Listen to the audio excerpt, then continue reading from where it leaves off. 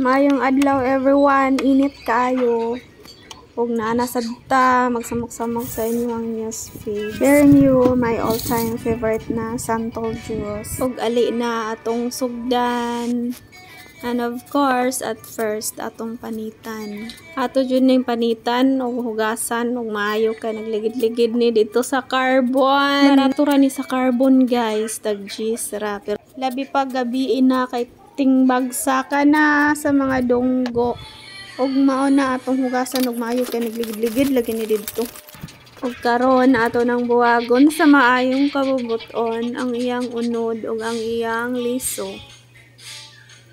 Himay-himayo natong maayo ug atong ilabay lang ang lata sa iyang unod.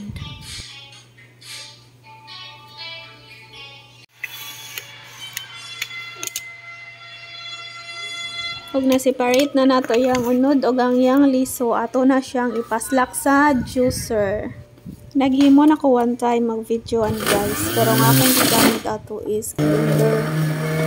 Mas lamig yun ang juicer, just in mabiga dyan siya maayo. Lamig kayo yung juice nga nang gawas as in pino kay. Pero kung wala kay juicer, okay na rin ang blender.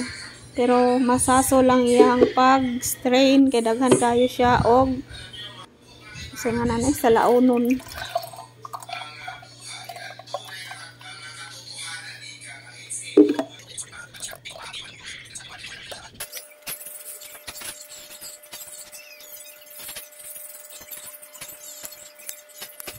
Sa laon dayon inig humanog sala. Ang juice isagol nimo sa imuhang liso nga gilain. Aron dili mo overpower ang iyang aslom og iyahang kapa-upload, butangan nato og honey. Kuraw-kuraw lang, dayon butangan nimo ice. Then add more water.